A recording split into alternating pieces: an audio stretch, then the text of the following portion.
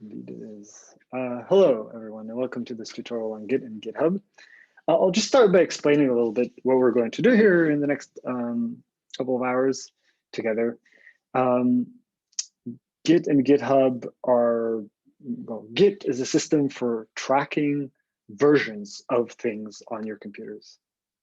Things as in files and file systems. And that seems like a fairly simple thing to do, tracking how something changes over time. But coupled together with systems for collaboration, this becomes a very powerful tool. So now let's just start by thinking about how you currently keep track of changes in things. I'll tell you what I did before I started using sort of technical systems for version control is I would write a paper, for example, and then I would add the date to the name of the file and send that to my co-authors. And then they would add their name to the name of the file and they would send that back to me. And we'd send each other files over email. And very often things got lost along the way. Somebody would send some change and I would have to sort of compare by eye what one person did and what some other person did.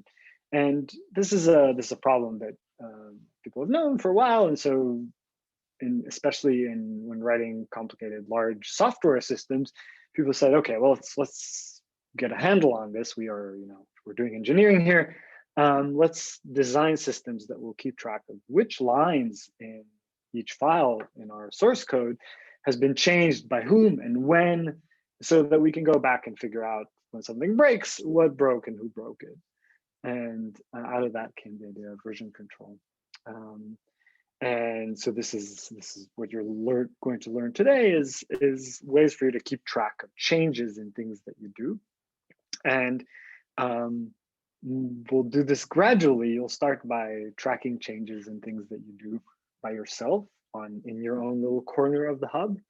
And then we'll see how you can share those changes with others. And that's where things get really interesting, because if you have a system that keeps track of changes that are happening in files on your machine, you can now compare the changes that you're making to something to changes that somebody else is making.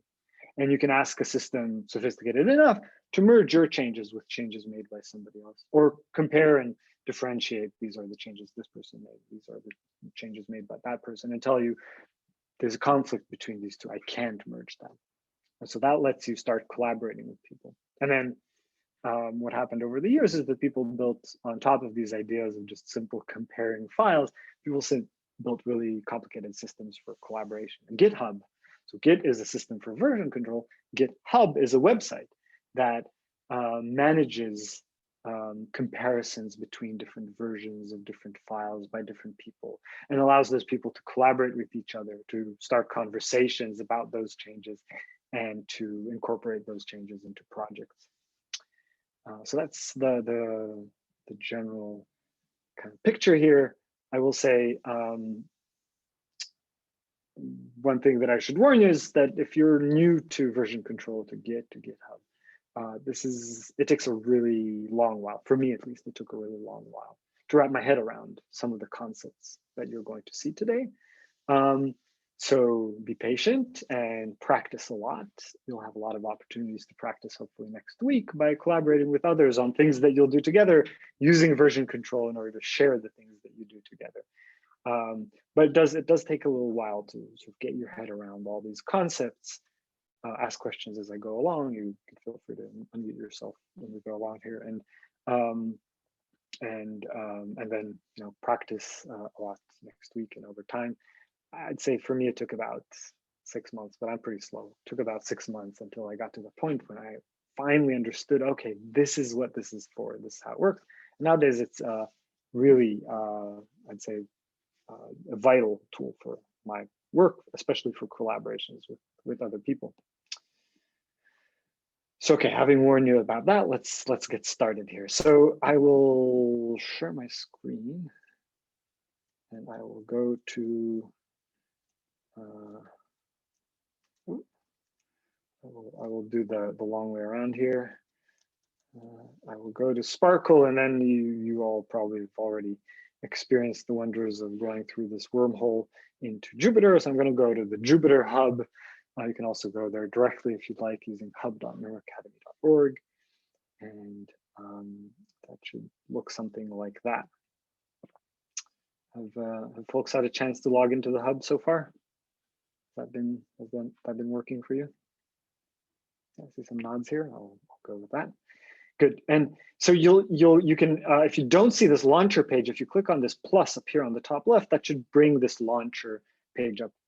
And maybe yesterday you saw how to open Jupyter notebooks using this Python 3 button or some other things. Instead, today we're going to go and work in the terminal, purely in the terminal. So I'm going to open a terminal window. This terminal opens up what's called a Unix shell. Unix shell allows us to talk to the operating system and do various operations on the file system, have the computer run various programs for us, and that's where we're going to do a lot of the things. We're going to use the command line, even though there are ways to use Git that are not done in the command line. There are applications, desktop applications that control Git. There's even in here, there's a plugin in the Jupyter hub here that allows you to operate Git by clicking on buttons. And that's useful. And different people like different version control apps. But we'll start from the command line because it will let us do things slowly. And it will let us control things quite well. And I think that will help you build a better understanding of how the Git commands work by writing them down through muscle memory, through your own muscle memory, and through writing them down and looking at them, at the components of the commands and so on. So even if later on in life you decide that you'd like to use some application, it's good to get started with the command line so that you know what the application is doing under the hood and gain some understanding. Okay, so let's do some Git things. So if you type Git at the command line, that is the basic command that we will use, and Git is the name of the application. So when I type Git, it runs the application. In this case, if I don't write anything after that, what it does is it writes this help document. And so the way that Git works is it has commands and it has subcommands. So there's a command called clone, a command called init, add, and so on. All these are commands, and you can see that they are divided into categories according to what they'll do. And you don't need to necessarily know all of these right now. We will go and we will visit some of these along the way. I will clear my screen so that I go back to the top here. And then I will use one of the subcommands here to set up my Git installation on this machine. So the first thing that we will do is we will use the subcommand git config. And we will config a global configuration, username. Okay. So if you're following along on your end, you should type something like git config --global user.name and then your name in quotes. I'm sorry, I had a question. Oh, hang on, Matilda raised her hand, so I'm gonna go first, and then you can ask your question after. Yes, Matilda. Yeah, sorry. I was just wondering. I have some experience with Git, troubling experience. Is this kind of command meant to be specific for the Jupyter app or for the computer or for what? So this set of setting up the next couple of commands that we will write is our set of commands that you need to write once on every machine that you're working on, but only once. Once you set this up, because we set it up as a global configuration, global means it's set up for this machine so that every time that you use this machine, it's already set. But if you have a new machine, now you need to set it up on the new machine. Okay. And say something that I forgot to say here, I'll just, is that that the notes that I'm using for this tutorial are up on this website here that I will also put in, sorry, I'm just going to create a new channel, oops, create a channel called Git and GitHub. And that's where I will be, talking to you about this. If you're on Slack, go and then I will put the link here. That's the link to these slides. And I should mention that these slides are heavily based on a lesson that Elizabeth Dupree wrote, and that was based on work by others from the software carpentry community. Okay, so all the notes are here. So if you want to go back and refer to these notes, do that. Sorry, I was cutting you off. Matilda, go ahead. No, no worries. Thank you. Now, I was wondering if there is a way to find out whether this Git config has been already set up. Yes. There will be a file. If you're in your home directory, you can go to your home directory by typing cd with nothing. That will take you to your home directory. On the hub, that will be home Jovian. And I assume you're working on your computer, so that will take you. And then if you do ls git config, it will tell you whether there is such a file. And you can even visit and see what is in that file by typing less.gitconfig. And you can see that in my case, I've already done this configuration here. Okay, and thanks. Here is the config. But you will need to do that on the hub if you're working, or on any new machine that you're working on. You will need to do that.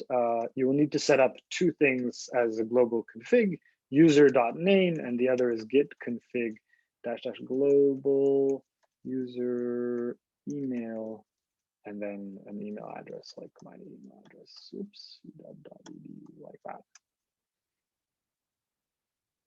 And one more, so these tell Git who you are, which it requires. It won't actually run unless you tell it that. So that's why we do it up front here. And then one more thing that's good to configure is a global configuration for core.editor and editor. And I set that to nano, and I see that I have a typo here, so I'll fix that. Core.editor nano. So this tells Git which text editor you want it to use, and you'll see how the text editor comes into a play letter. So then if you're in your home directory and you type less git config, you should see something like this. Yes, Hetty. Yeah, so I'd had a question before. Yeah, sorry. Is there any way to save the commands we type into a terminal? Yeah, they are getting saved. So I typed, by the way, when I typed less.git config to get out of this window, if you're here, you type Q and that takes you out. No, so almost like if you want to refer to it later. Yeah, so the shell does keep track of all the commands that you're typing. If you type history, you'll see everything. Oh, got it. Okay. And Q to get out of here, I believe. Got it. Or sorry, it's yeah, the history command will give you all. Okay. Yeah, that's really useful because you can start doing things and then writing little scripts from that. Yep. Got it. Thank you. All right. So that's how you tell Git who you are, and so now Git knows who we are and is kind of ready to work with us, and so we're going to start working with Git. So the first concept that you need to know about Git is the concept of a repository. A repository is some part of your file system that you are keeping track of together. You can think of this as your project. It's a little project, a self-contained project. All the files that are within this part of your file system are files that need to be tracked together. They relate to each other in some way.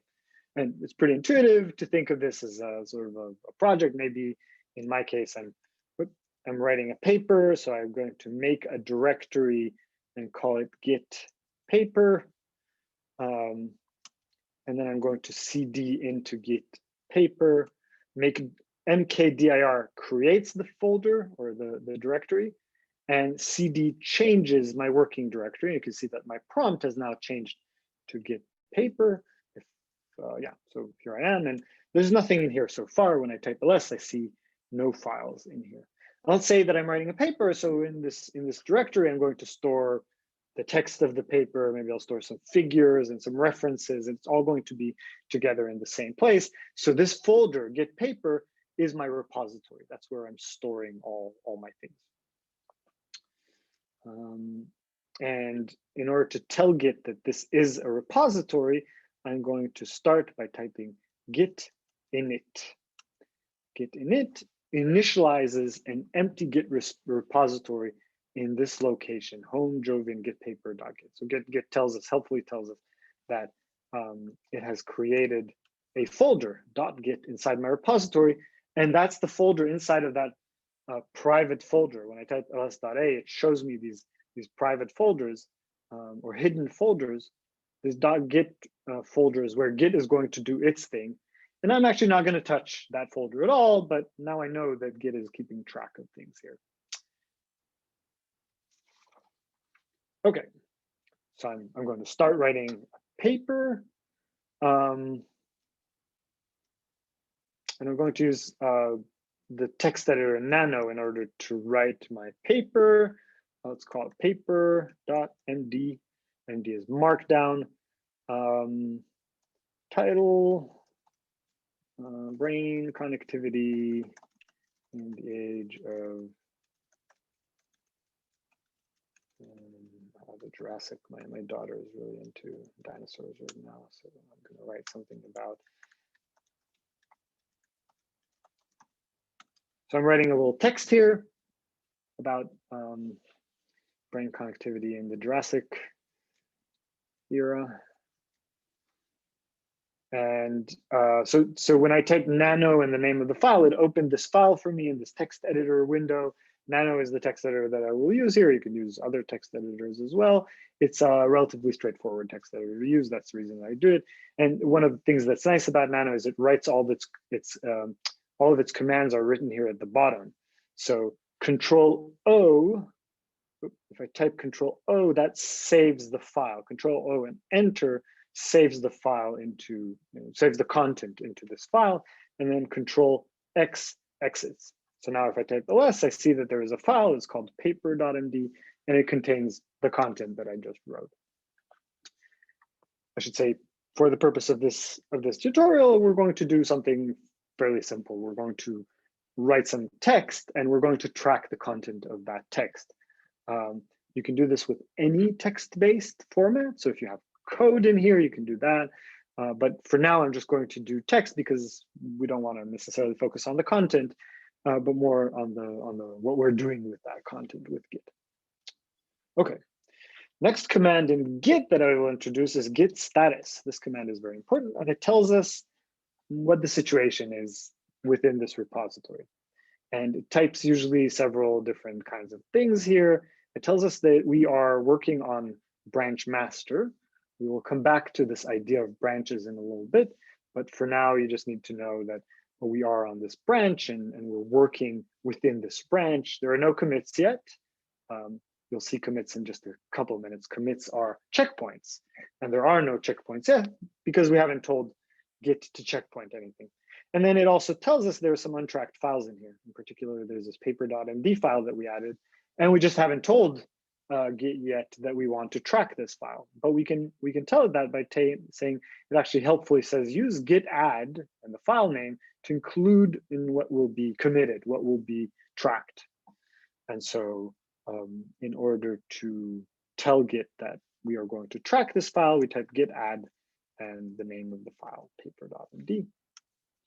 And so now next time that we type git status, it tells us you are on branch master. That hasn't changed. There are no commits yet. We haven't made a checkpoint yet, but it tells us there are changes to be committed. So this has changed. Instead of an untracked file, this file is now a file that is being tracked.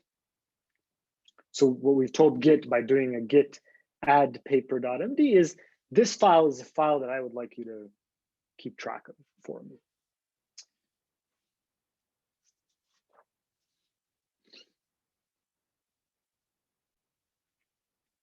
Okay, and you'll see that git add is used for two different purposes here. One is to say, look, there's an untracked file. I would like you to track this file.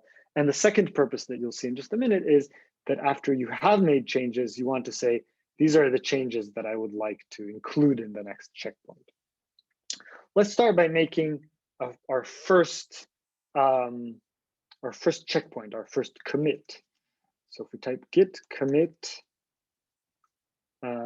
then it tells Git the changes that are here to be committed, I would like to put them in the repository. I would like to store them as a state of the file system.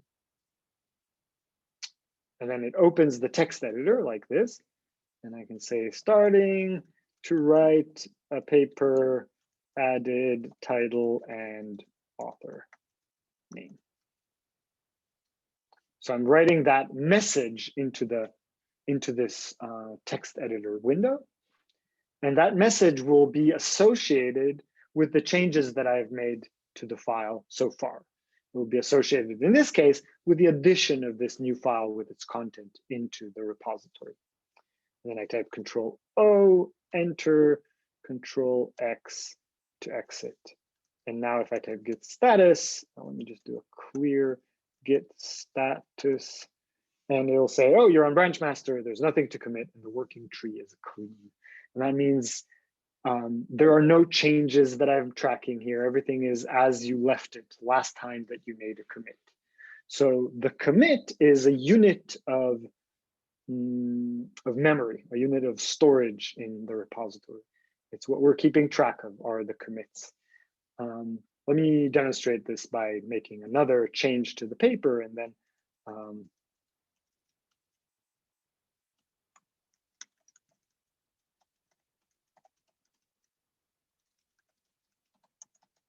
so adding some text, Control O, enter, Control X to exit that.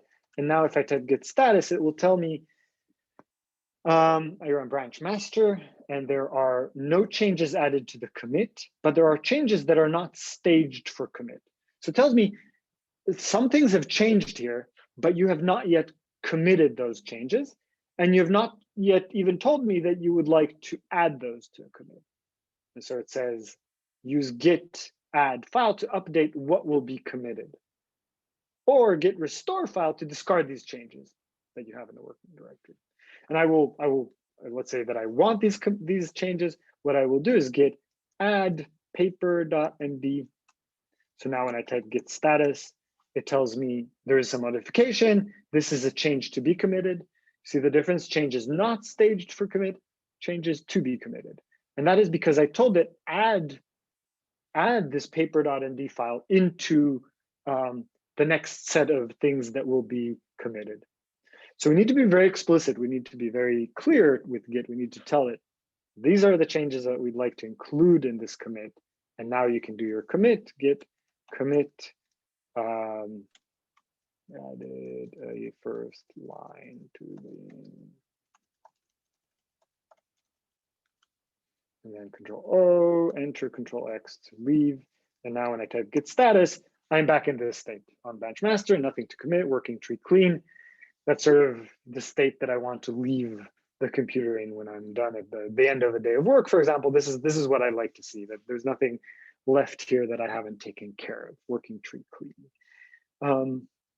So now I've gone through here and I've added a file to the repository. I've made one commit where I added the file, and then I made some changes and I added another file into this. And so if I type git log, it will give me a record of all of these changes that have happened so far. And it goes chronologically, in reverse chronological order. This is the first commit in the repository, starting to write a paper, and this is the second commit in the repository. It also helpfully tells me this is where you are right now. You're pointing to that. And you'll notice it knows who the author is, and it knows my email. And that's because when we started, I configured, gave Git a global configuration that included my name and email. So every one of these commits is associated with a particular author. It tells me when that happened. So I get this log, really like a log of my writing on this, my work on the paper. Okay, let's see, what questions do you have so far? Yeah, Matilda, please. Yeah, sorry. So one question is, if I add a file with the git add thing, then I change the file basically in between the git add and the git commit. Mm-hmm. Would it keep track of what happened to the file? No, it wouldn't.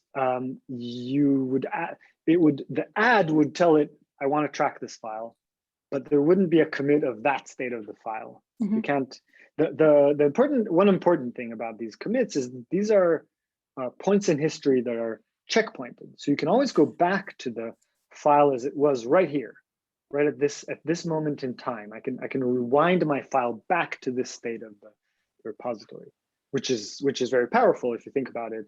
Let's think that you're working on a project, you're working on it for many months, maybe you work on it and you want to see some change that you did a couple of months ago. You can rewind the state of the repository back to that state. But you have to make a commit at that point in time. If you didn't, then that state is lost to you. Hetty, go ahead. I had more of a utility question, and I'm sorry, my camera's off. I'm in my lab. So this might actually seem, so every time a change needs to be made, you have to commit it, you have to check the status and everything. So it might get like a little tedious, obviously. And so I was wondering, do you recommend doing this for all scripts, or when do you think it should be used versus when you would want to use it? I would use it for everything that you want to remember what happened with it. So I would use it for everything. And you'll see it becomes a little bit of second nature to do these things. And it becomes quicker to do also, and muscle memory kicks in. And so I would recommend really keeping track of everything. I keep track of everything.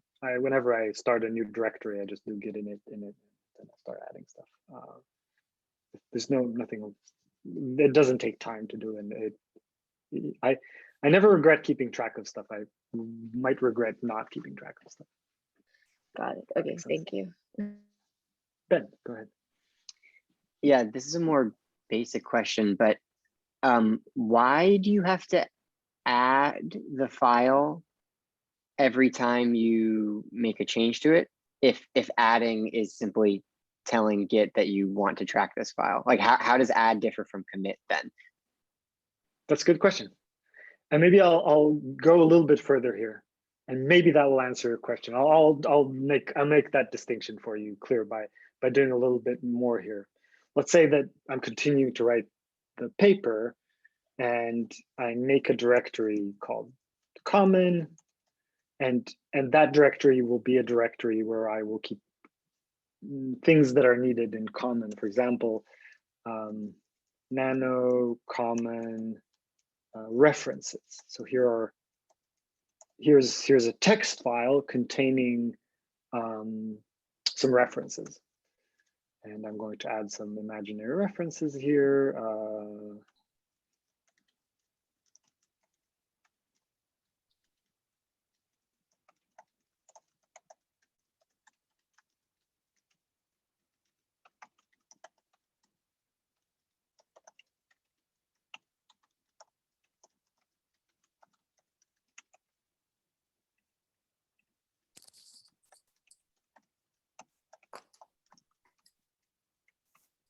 Okay, I added some reference in here that I'm going to use in my article, and I'm saving that, and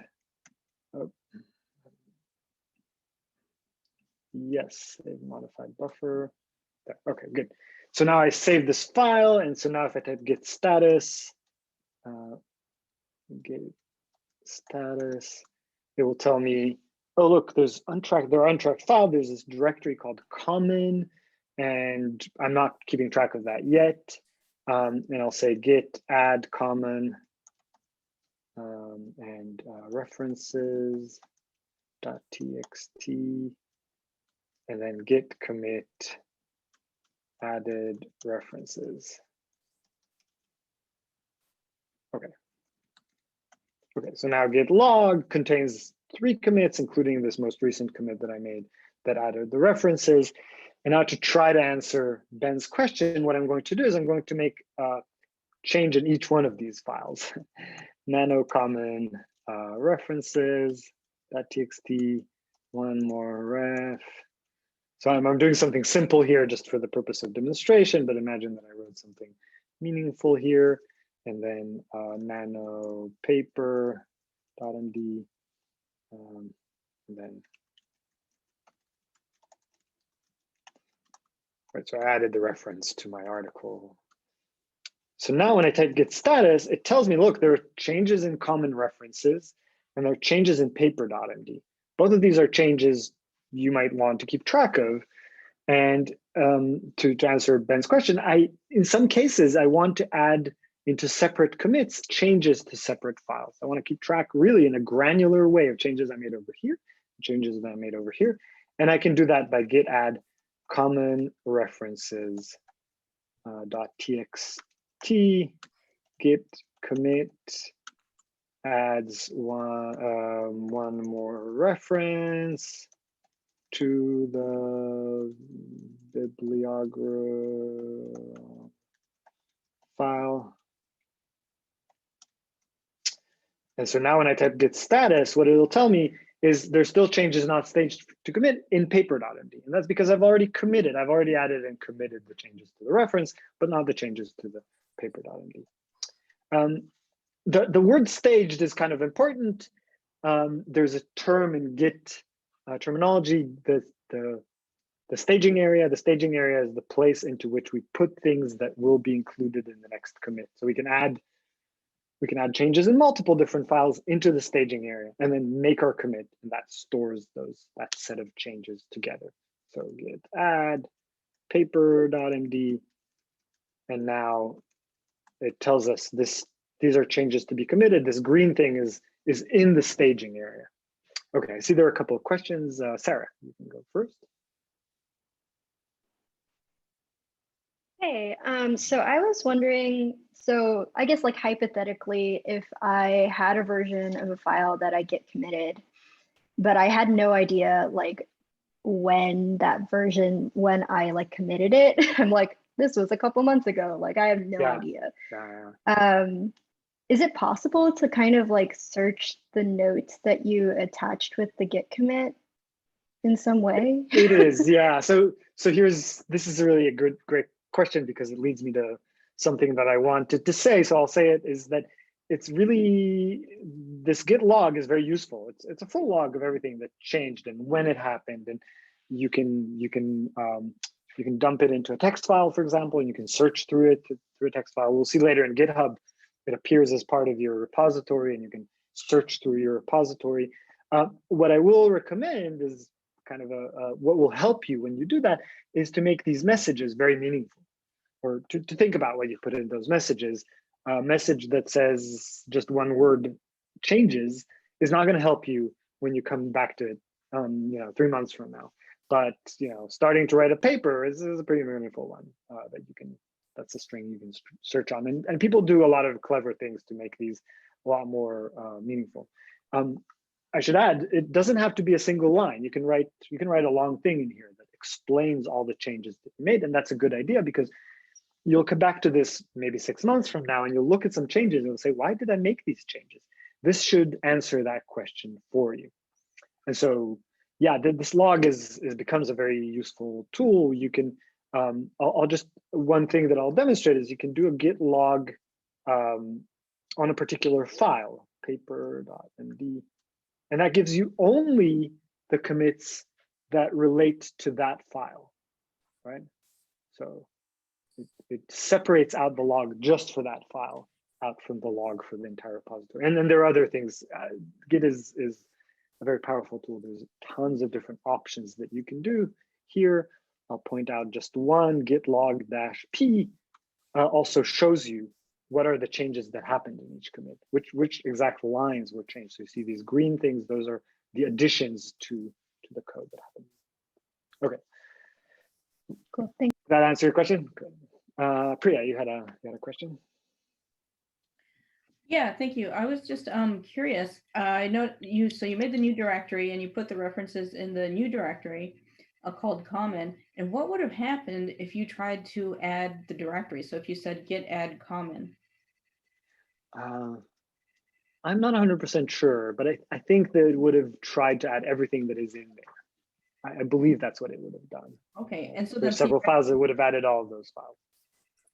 Okay, and if you wanted to do that, then you could just say git commit, and then it, like let's say that you had updated all the files in that directory together and you wanted to commit them all at the same time, you could.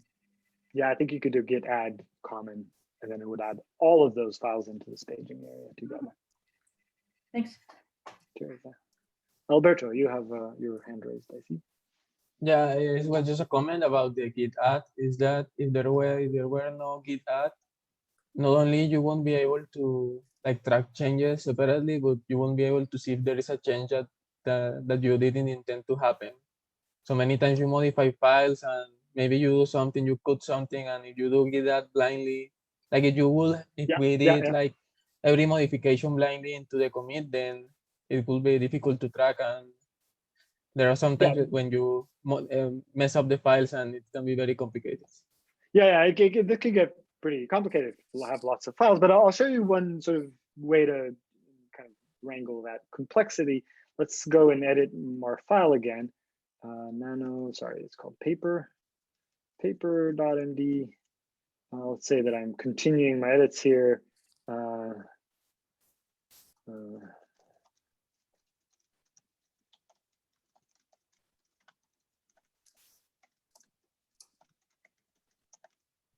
I made the long too long. Sorry, I apologize if somebody here is a comparative neuroanatomist. This is painful to watch, but let's go with it. So now I can type git status and it will tell me, look, you changed this file. It's not yet staged for the commit. I need to add it in order to stage it. But I can do something simple before that in order to see what changes have happened. And this is where I introduce a new command, git diff. What git diff does is that it shows me all the differences from the previous commit. So it says, what has changed in your repository, in all the files in your repository, in this case it's just one file, but what has changed in all the files in your repository since the last time, since the commit that you last recorded in this history. And that will show you, in this case, it shows you that one line was deleted, this line was deleted, and these lines were added. So red and minus, that's things that were deleted, green and plus, things that were added. Notice that this line that was deleted is also, that content is also here, but the line has been changed. And so the way that Git tracks things is line by line. And it says, I no longer have this line that only ends in this period. Instead, I have this line that ends in between, in the word between. And these red things at the end is because there's some white space at the end of the line, and it just tells me, look, there's some white space here. You might want to keep track of that, or you might want to know that.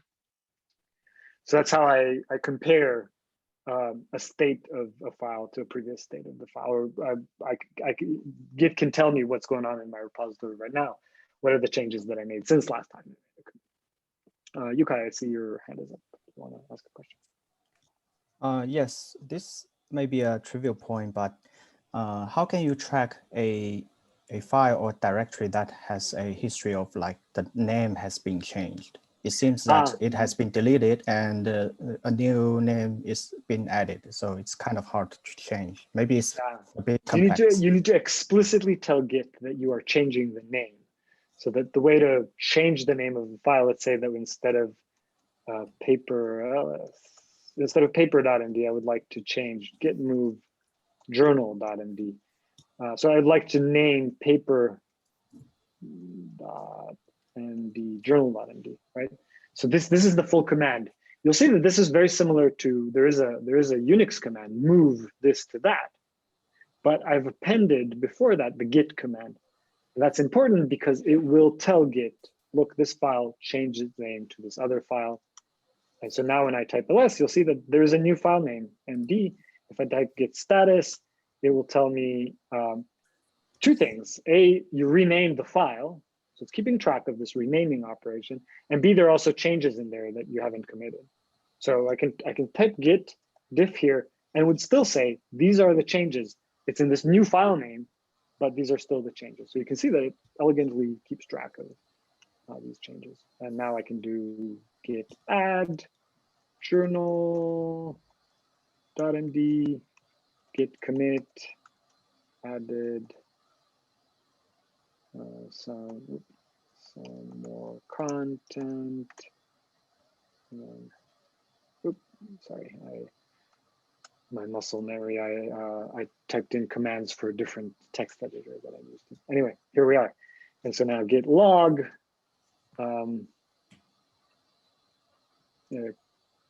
So this commit here contains both the renaming and the addition of some more content. So this message is not necessarily the greatest because it doesn't record this change of name. I should have probably written like changed file name and added more content, but here we are. Okay, what questions do people have at this point? All right, great. So now we saw a few different things. We saw how you can make changes, how you can record these changes, how you see the history of the changes, how you see local differences in your changes. Let's just kind of recap the different commands you've seen. You've seen git init, which starts a repository. You've seen git add, which adds files into the repository. You've seen git status, which tells you the state of the repository. You've seen git commit, which makes a checkpoint, and you've seen git log. So these are commands that you've seen so far. So just to recap that. Heavy, you have your hand up. Do you have a question? Yeah, just a small one. So it works similarly for scripts, right? So for like a script with code on it, it'll track it line by line and it'll be similar to this? Yeah, exactly. Yeah. The line by line tracking of stuff is really a legacy of the fact that this was originally designed to track lines of code and code. It makes a lot of sense to track line by line in code rather than say sentence by sentence. But we've inherited that. And so, for example, when you're writing papers, you might want to keep it so that you have a sentence per line. Sometimes people do that. Oh, you can control that? Okay.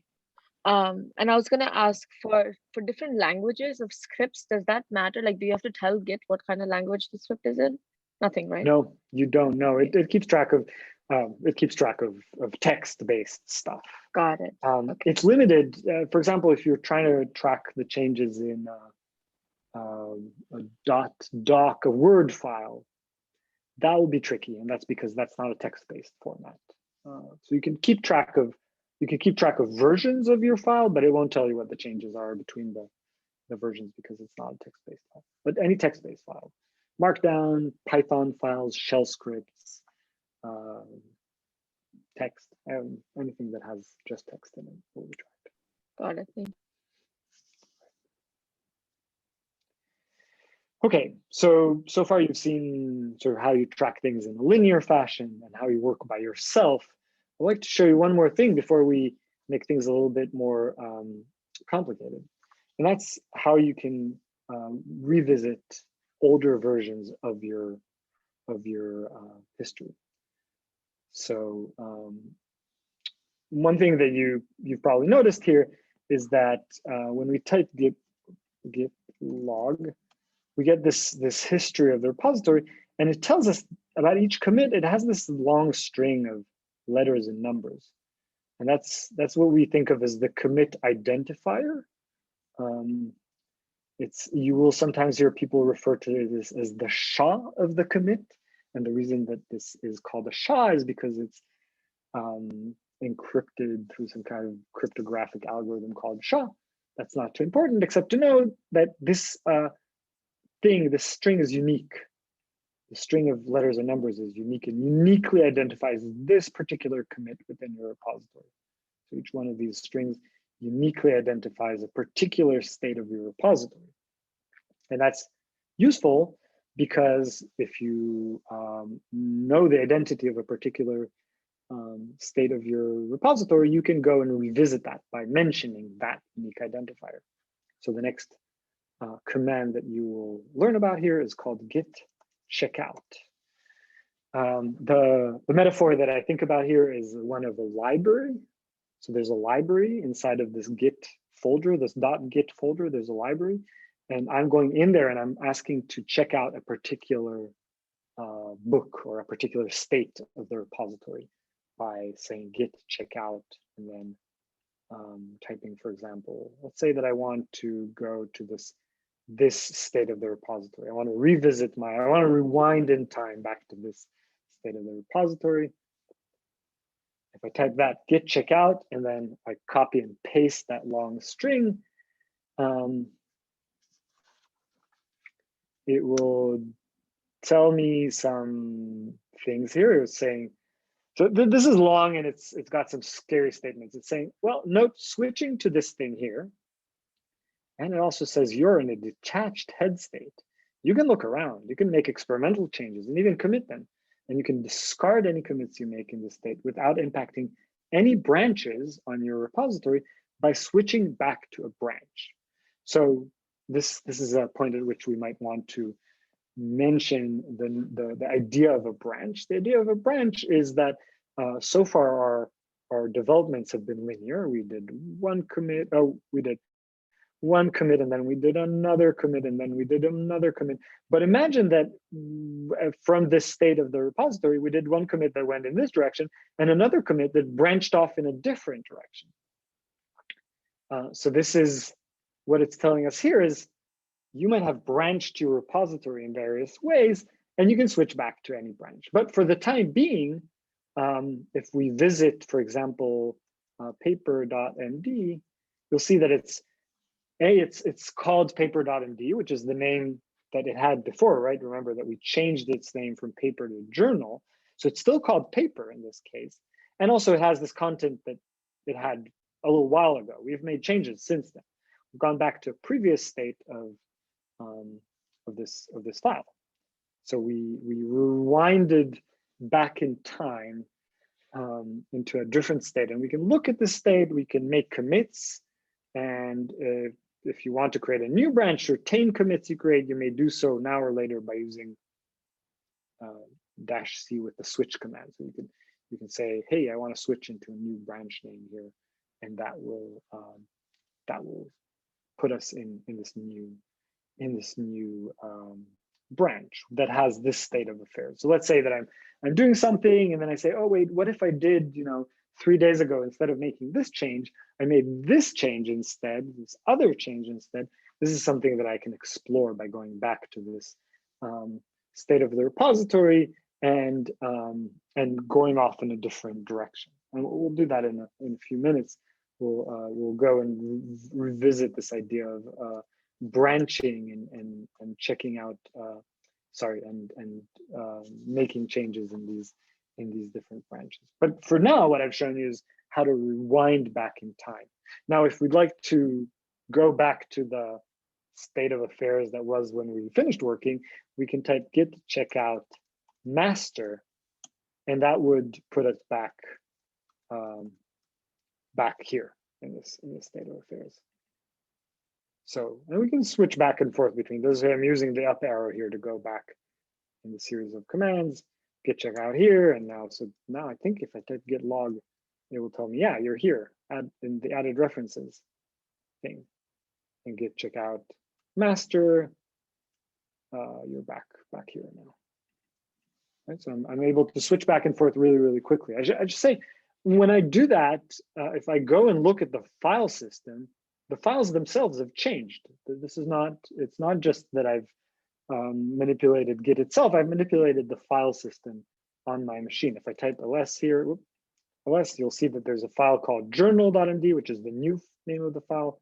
If I check out this other state and I type ls, you'll see that there's a file called paper.md. So right, journal.md, the new name, paper.md, the old name. I've literally rewinded the state of my file system back to a previous state. So now back to master. Okay, what questions do people have about that? Right. So you've seen how you can track the state of your repository by yourself, doing git, making changes, git add, git commit, git add, git commit, git add, git commit. Seen how you can rewind the state of your repository back to the previous state by checking out git checkout, some other commit, git checkout, something else. Now let's dive a little bit more deeply into this idea of branches. So branches are useful because they give you an opportunity to change the state of your file system into a different exploratory state without changing the main set of things that you're working on. This is pretty typical when you're working with other people. You give them your files, you share your files with them in some way. I'll show you in a couple of minutes how you can do that. And then they go and they try something else, and they'd like to somehow assimilate their changes into your changes. You can do that by creating a separate branch. An example of why you might want to do that, let's say that you're doing some coding and you're supposed to present at lab meeting in a couple of days, these things that you're doing on, or you're working on, everything is just nice and set up for your lab meeting in a couple of days. But you'd like to try something out, but you don't want to mess up the state of affairs right now. One way to do that is to make a branch, make your changes, your exploratory changes over there, and then you can switch back and forth between this branch and this master branch that we're working on right now. So we're on branch master and nothing to commit, and now we can create a new branch. So git branch exploration. Git checkout. Oh, I'll just show you one thing. Git branch -a. What git branch -a does, so git branch exploration created a new branch called exploration. What you see when you type git branch -a, it'll show you all the branches that you have. And it'll have this little star next to the branch that you are currently working on, right? If I type git status, it tells me we are on branch master. There's nothing to commit, working tree is clean. If I say git checkout exploration, and then I type git status, it will say you're on branch exploration. And that's because we've checked out, we've switched over into this other branch called exploration. If I type git branch -a, I see that same information. The star is now on exploration instead of master. And so if I make changes here, for example, nano journal.md, this is an exploratory, highly experimental change to the file. Git status, it tells me, oh, look, you're on branch exploration, you have some changes. If I type git diff, it shows me this change that I just made.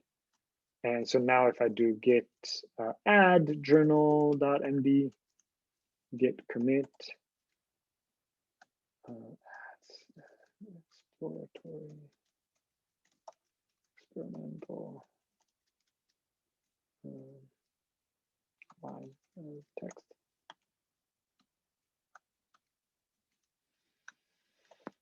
So now it says you're on branch exploration, nothing to commit, working tree clean. If I do git log, it tells me this commit that includes this exploratory experimental line of text is your most recent change. Notice that it says head is pointing to exploration. Head, this capital head, is a way of Git to tell us this is the thing that is currently where your file system is. This is the state of affairs on your current file system. Head is pointing to exploration. It's pointing to this branch. So your file system currently has the contents of this branch exploration. And we're sitting here on this commit here. Notice the master is back here. The changes that I made in this branch are not in master. And so if I type git checkout master, and I type git log, for example, it'll tell me now I'm sitting on this. Now head is pointing to master because I checked out master. So it's pointing to master. And I'm this new commit with the exploratory experimental stuff is just not here at all. It's not in this history. It is in the history for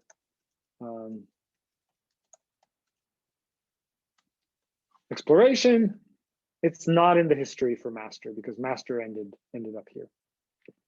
And I can do this multiple times. I can go and I can make additional commits on this new branch and make a whole new history in here. And that's useful because I might want to try things out, but I might want to quickly be able to switch back to master branch because let's say the lab meeting is coming and I want to show everyone my nice working code. I switch back from my exploratory stuff to my master and I'm able to show that. Or let's say that you're working on some software and you're sharing that software with collaborators. You'll tell them, look, work with master. Master is where things work well. There are these other branches where I'm trying things out, but that doesn't necessarily work so well. So work with master. That's the tested true version of the code. And these other branches are features that I'm exploring, new features that I'm exploring. The nice thing about this branching model is that it then allows you to explore other things without breaking the code. Sometimes you worry, oh, I'll make changes and I'll give it to somebody and it won't work anymore. So this is this idea of branches. What questions do people have so far?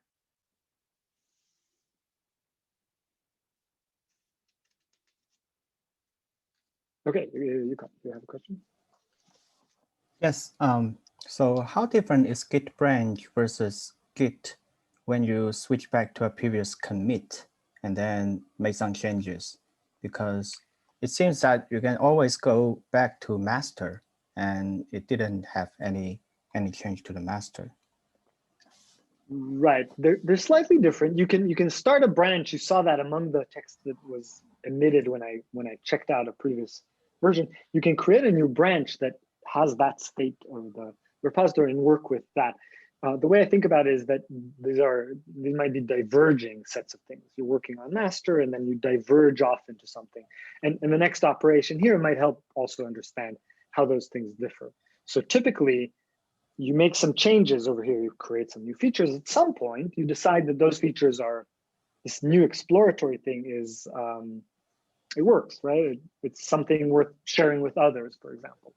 And then what you will do is you will check out the master branch and you will do a merge of the branch with the changes into your master branch. So merge exploration. And so that, you see the message here is we've moved fast forward. So now if I do git log, you'll see that the master branch and exploration are both in the same place. And they're both in this commit that adds this exploratory experimental line of text. So this is a pretty typical development mode. I have my master branch. I know everything works on master branch. I check out a branch. I do some work over here until I'm happy with that. And then I switch back to master and merge in those changes into my master branch.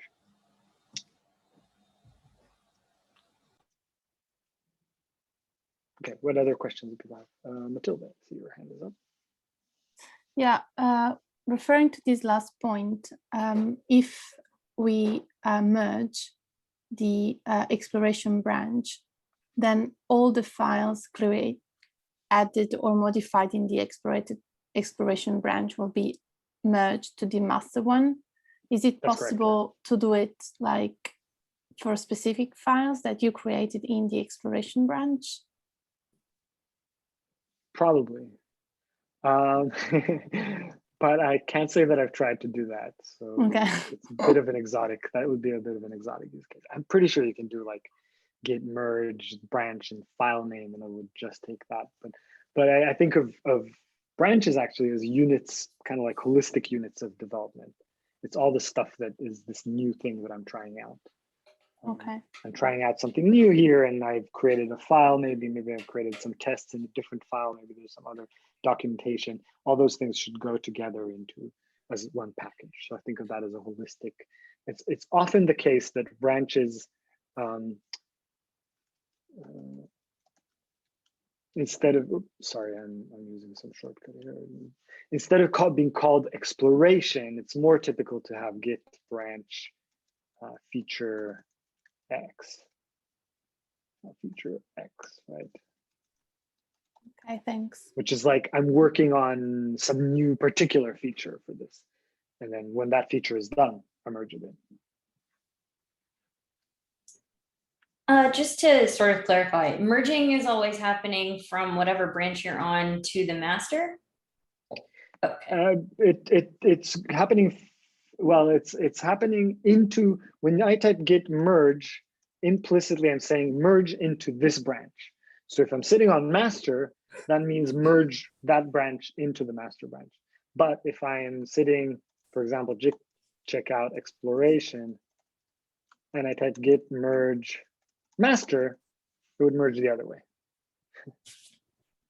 There's nothing special about the master branch except the fact that it is the first branch. You get it out of the box when you start a new repository. It starts this branch master for you. But other than that, there's nothing special about it. By convention, that's also where everything goes in the end. So point to that. So if you have, say you've got feature X as one branch, and then you've got feature Y as another branch, and you branch them off at the same point, Yeah. And then you would then merge them each onto the master. And so the master would just gain all of the features from that feature that you were working on within one branch. And then you'd do the other one separately. Yeah, exactly. You would do git merge feature X, git merge feature Y. And if they never touched the same files, they would just like cleanly, if each one of them was purely additions of new things, they would just come in no problem. There is, I'll show just one more thing here before we go to GitHub, which will complicate things a little bit, which is that sometimes that's not the case, right? So let's say I'm in branch exploration, which is where I am right now, and I make a change. And let's say I add, let me see, one of you, I'll add one of you. Sorry, I'll pick on you, Savannah. So I've added you as an author to my paper about brain connectivity in the Jurassic era. Git status, git add journal.md, git commit. Oops, sorry.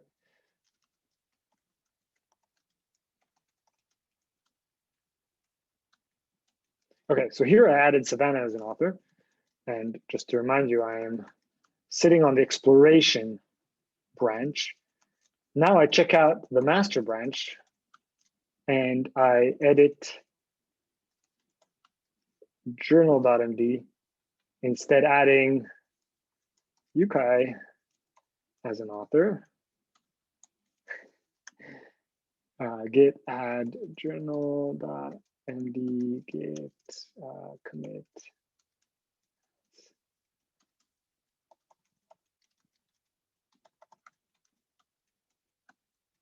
Okay, this is a strange situation, but it does happen. In one branch, I edited the line to add one person as an author. In another branch, I edited this to add another person as an author.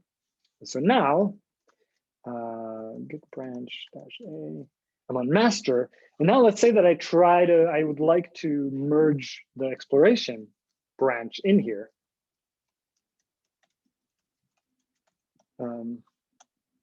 What it will say to me is, look, I am trying to auto merge this, but I'm sorry, there's a conflict in the content in journal.md. And so this is really one of the nice features of Git, is that if things are complicated and they're different in these two files, it will try to resolve those things, and it will try to merge things even if it can. But in some cases, you are giving it conflicting information. One commit says Savannah is an author, another commit says Yukai is an author. You need to, there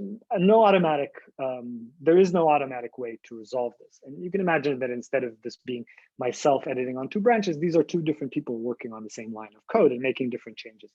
So now what you need to do is, when you get this conflict, is you need to open up this file, and you'll notice what Git has done here is it's inserted these conflict markers here. It says, this is what I have on the head state. This is the state in master. Master head was pointing to master. This is the state in master. And this was the state in the exploration branch. And those are in conflict. And I need a human to look at this and make a decision what should be in that line. And of course, the obvious solution here is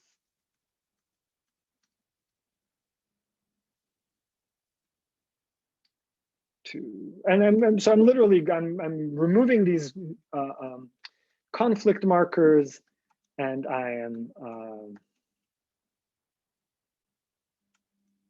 adding both of you as authors.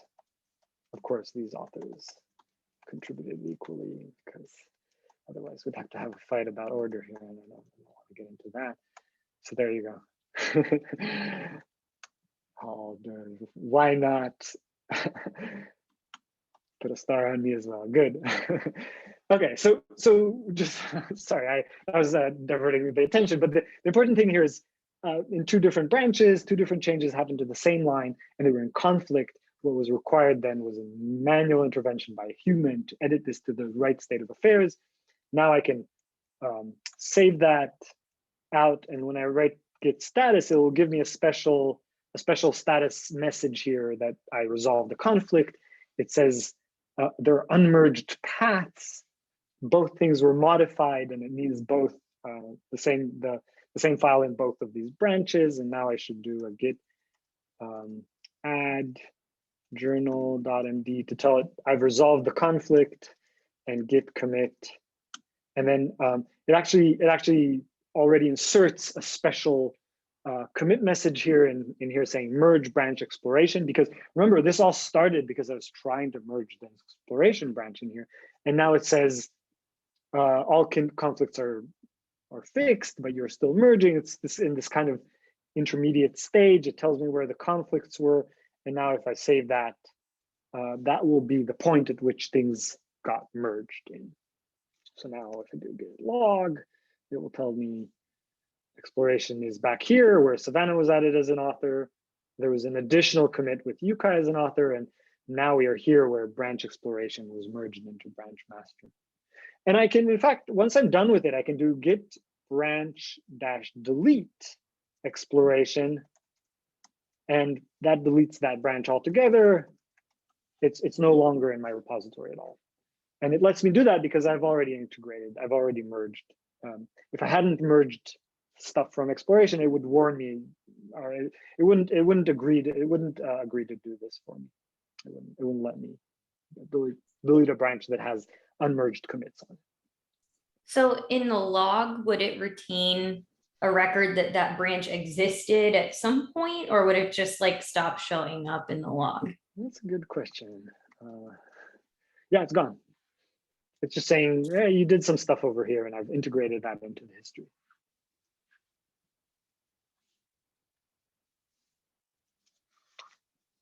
Okay, Yukai, you have a question?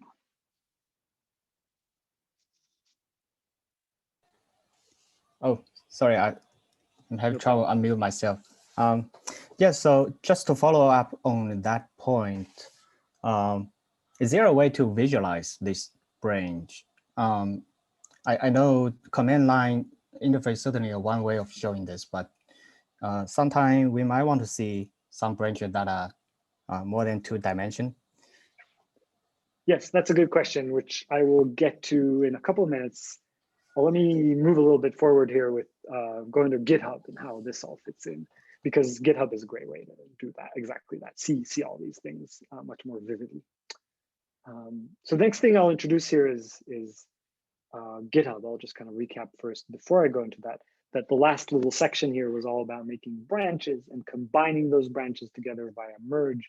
You saw the commands,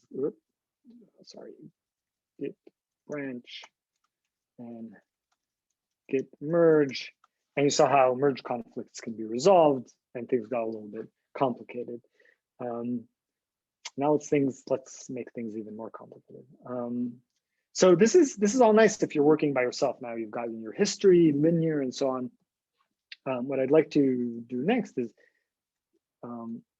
introduce you to the idea of GitHub. So this all becomes much more social when you put your repository, its history, its files, in a central place on a website, for example, where other people can also make changes.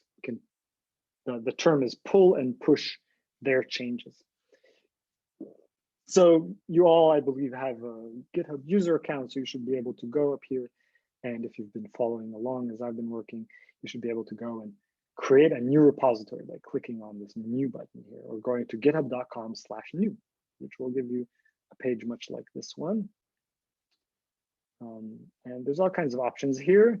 I am the owner of this repository, and I think that I called the Git paper. And Git paper, it tells me I don't have a repository called Git paper yet, so we can create that. That name is available. And I'm going to make that public. I can also make it private if I want. And then, so that's often useful if you're collaborating with just a small group of collaborators and you don't want to make your paper, the contents of your paper public yet, you're not ready yet, you can make that private. And you can initialize the repository with automatically populating it with a README file or other kinds of files, but we're not going to do any of that right now. Instead, we're going to create an empty repository. So when I click on repository, it creates this public repository. And this address is the address where this repository lives, github.com, Rokem, Git paper. And this is publicly available, so anyone can visit this and see the work that I'm doing. And it also gives me some instructions for how I would add things into this repository. It says either you create a new repository on the command line, and you push that in here, or you can push an existing repository from the command line. And I have an existing repository because that's what we've been working on. So I'm going to follow these instructions.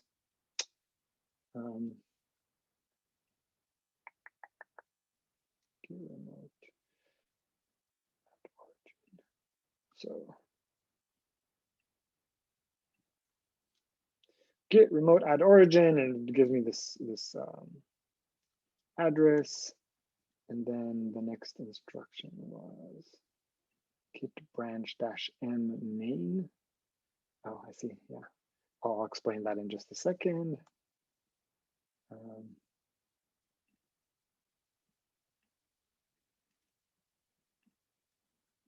Git push -u origin main. Okay.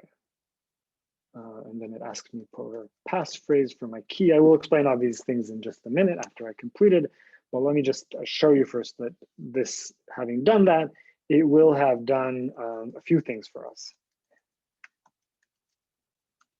First of all, it changed the name of my master branch into main, which is something that GitHub is enforcing and advocating.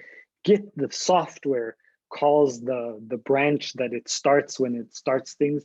It calls that master, but that name by itself is considered exclusionary. The whole notion of the name master and its relationship to masters and slaves and so on is something that people find unpalatable and understandably don't want to use that terminology. So instead, what was master until now is now called main, and that's the name that we'll use for it from now on, the main branch, not the master branch.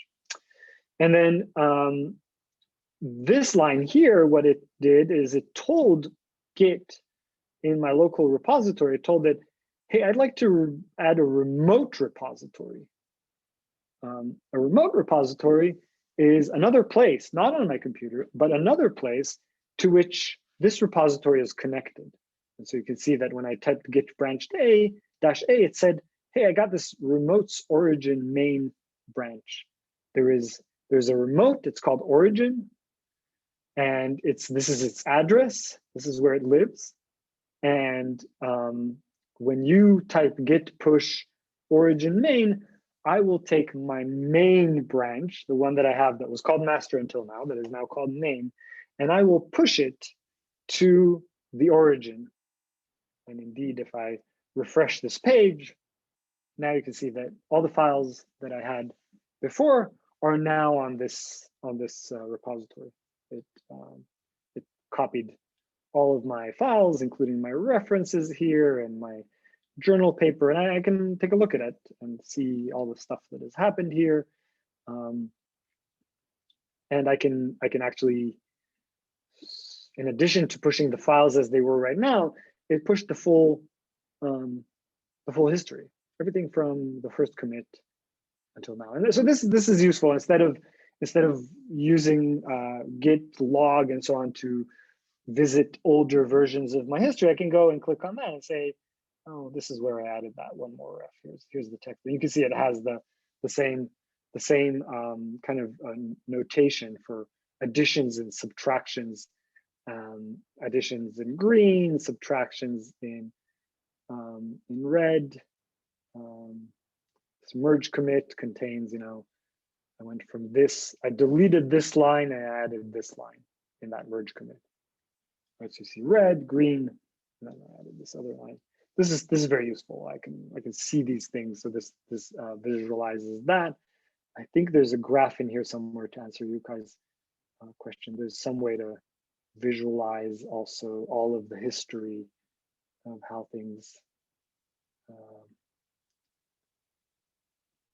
Oh no, this is not dependent on network. I think maybe network. Yeah, there you go.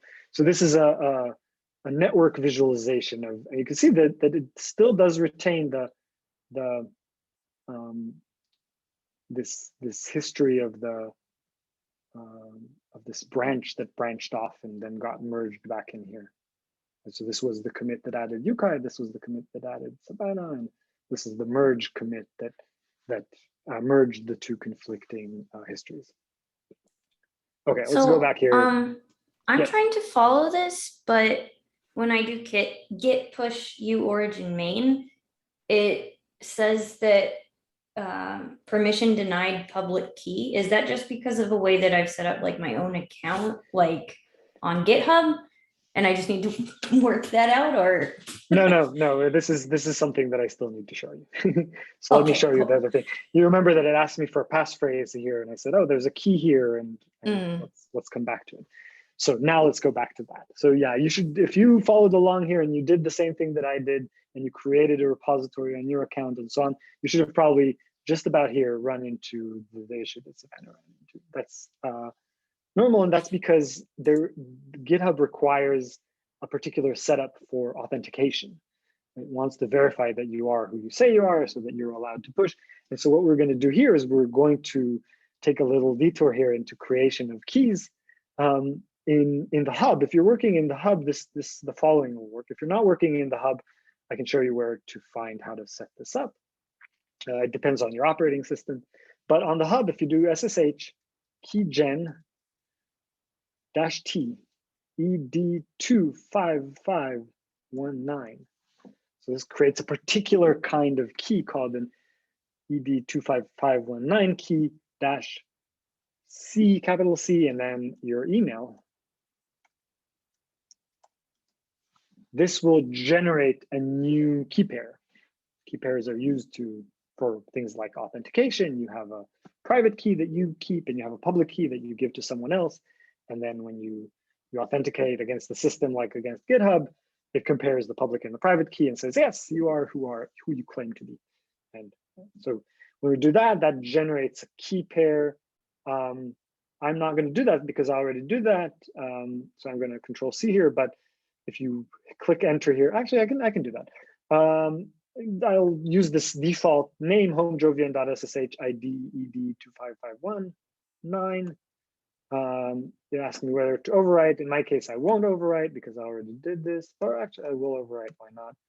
Enter path phrase, and here you can add some kind of a path phrase that you would want to use for that, or keep it empty.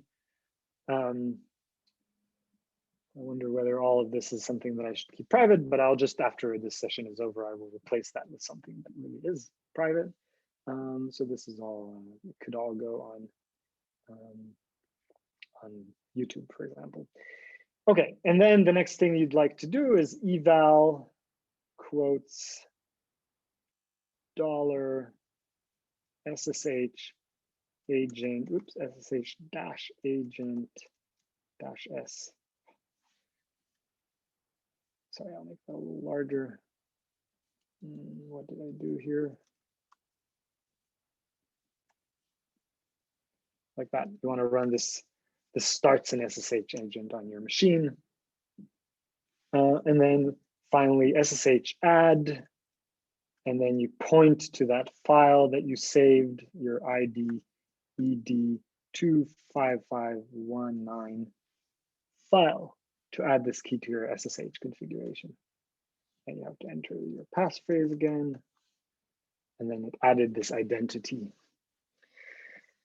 So again, the first step here is SSH keygen -t ed25519 capital C quotes your email address, save it into the default location, and then set a passphrase for it. And then you start the SSH agent, eval quotes $parentheses SSH agent -s close parentheses, close quotes, and then SSH add, and this is the file location ~/.ssh IDED 25519. Okay, so we've completed the our side. The next thing you need to do is you need to go to GitHub and tell it about this key. So GitHub github.com/settings/keys is where you tell GitHub that you have keys. I will delete my old NeuroHackademy Jupyter Hub key that I used until today. Yes, delete. And then I'll add a new SSH key. And I give the SSH key some reasonable name like NeuroHackademy Jupyter Hub, because that's where this key lives.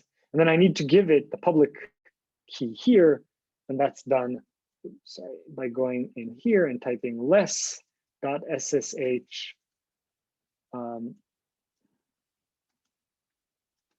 less tilde/.ssh, and I have, this is the private key, this is the public key. I give it this public thing, this content here, which I guess should be private, but I'll change it afterwards. And then when I add this SSH key, now I need to give it the password, my GitHub password to confirm this, because this is all top secret private information. And then now, next time that I type git push -u origin main, it will push the content from my local repository to the GitHub repository. So this is all required in order for us to be able to authenticate in GitHub. So this is called Git Paper, was the repository. So this is where stuff is happening.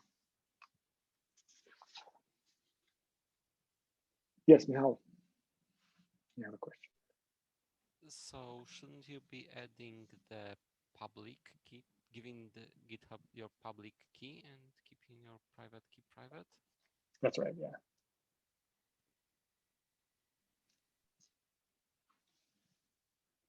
Did that answer your question? Yeah, thanks.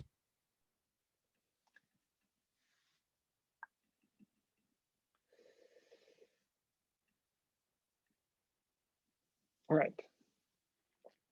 So now I'm in a position where I can push stuff into this remote repository. Another thing that I can do is I can pull from this remote repository. So if somebody else were to push changes into this repository, for example, if I added, went to the settings and I added a collaborator by typing manage access, and let's see if I can find one of you here. Let's see if this just works magically somehow.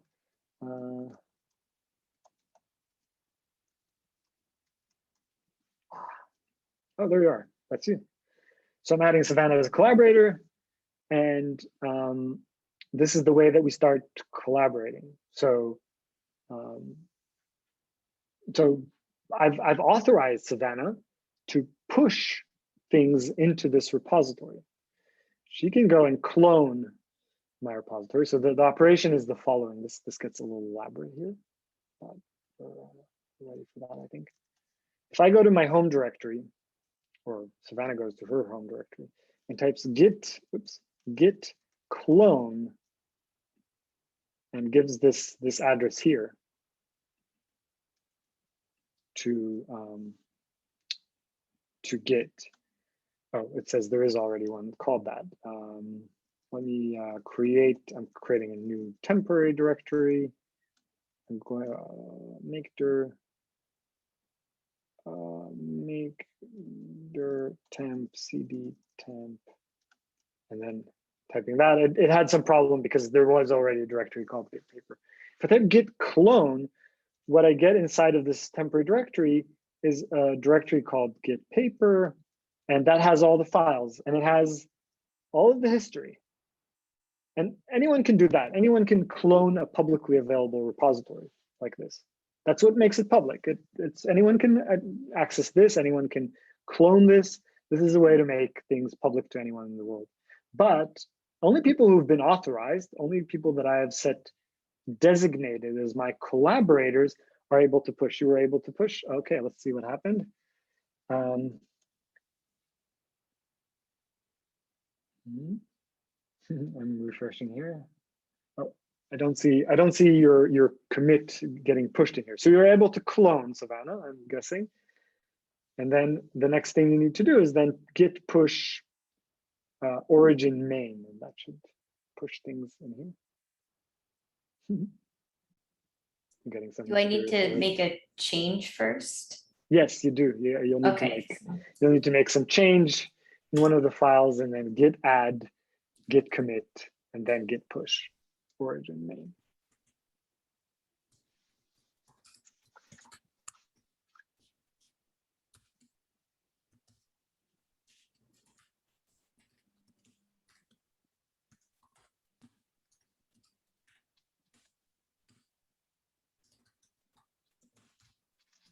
Harvey, in the meanwhile, do you want to ask a question? Yeah, I have a question, which is that I'm looking at the Git help documentation for push, and I'm curious, what is the point of the U flag? If we've already in our own added git remote add origin, what's the difference between git push and then origin a branch name versus git push -u? Oh, yes. So the -u tells it whenever I push this branch, always push it to this place. So I never have to, I only have to type, sorry, let me go back. Yeah, I only have to type git push. I only have to type this origin main once, the first time. Next time I type git push, it'll know because I told it that was the place to which you're going to push always. But I actually tend to prefer git push origin main always, to always type that and never type this -u. This is really explicit. So it's a lot of words, right? There's 4 words here. There's git, the basic command. Push is what I'm doing.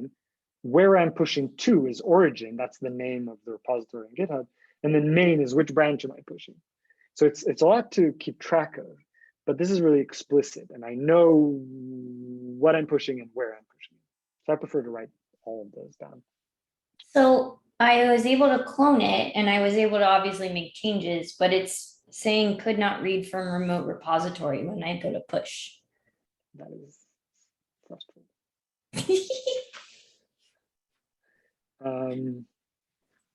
So I'm not sure why that is. So did you type git push like this, git push origin main?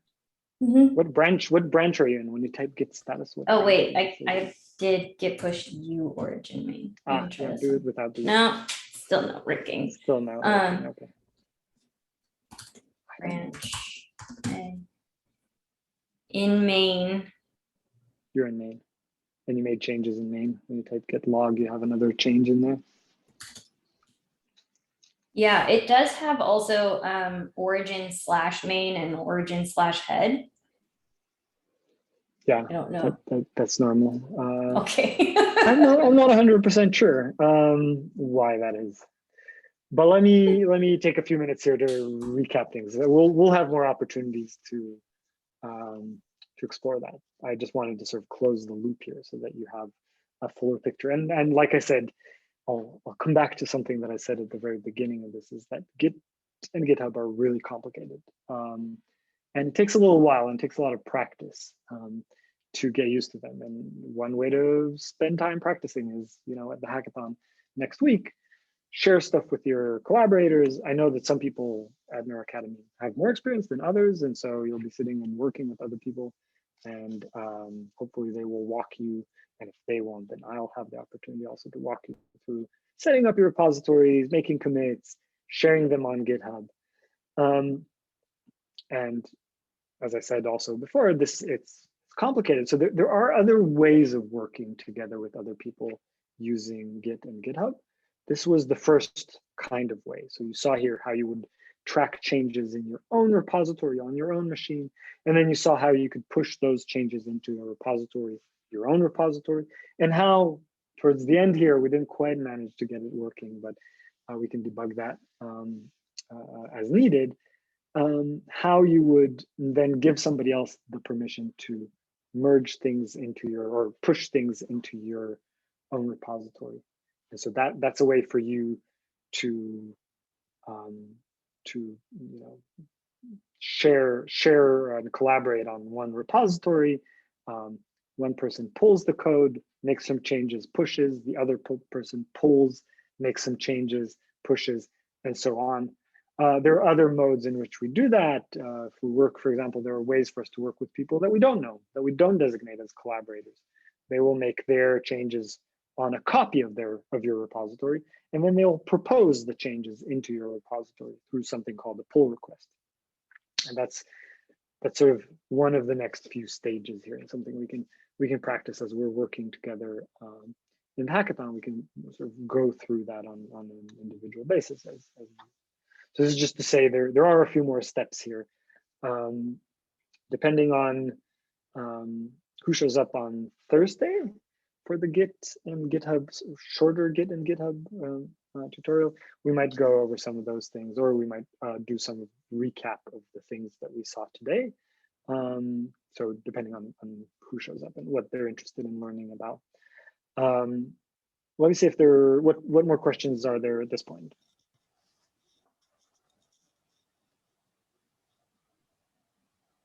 Okay, if none, I suggest that we break here. We have about 10 more minutes before the next lecture that starts at 12:30 Pacific. And like I said, we'll have more opportunities to revisit Git and GitHub. Hopefully that was enough for now. All right, see you soon.